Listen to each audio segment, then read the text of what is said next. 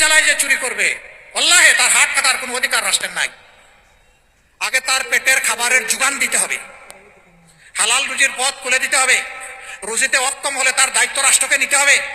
যদি এতেও সে না থামে তখন তার উপরে শরীয়তের হুকুম চলতে পারে, এর আগে নয়।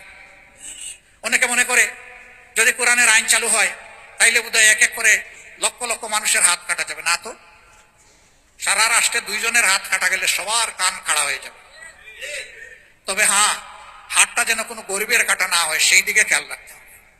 যার হাত কাটলে সারা দেশে খবর হবে তারই হাত কাটতে হবে।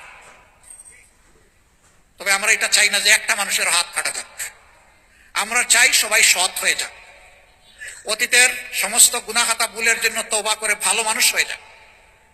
রাসূল আকরাম সাল্লাল্লাহু আলাইহি সাল্লাম মক্কা বিজয়ের সময় যখন ফিরে এসেছিলেন, পেটের ক্ষুধার জ্বালায় যে চুরি করবে, আল্লাহে তার হাত কাটার কোনো অধিকার রাষ্ট্রের নাই।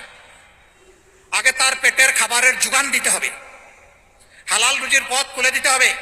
রুজিতে অক্ষম হলে তার দায়িত্ব রাষ্ট্রকে নিতে হবে। যদি এতেও সে না থামে তখন তার উপরে শরীয়তের হুকুম চলতে পারে, এর আগে নয়।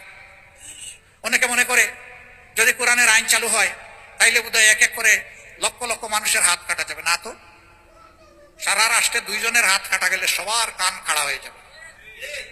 তবে হ্যাঁ, হাতটা যেন কোনো গরিবের কাটা না হয় সেই দিকে খেয়াল রাখতে হবে। যার হাত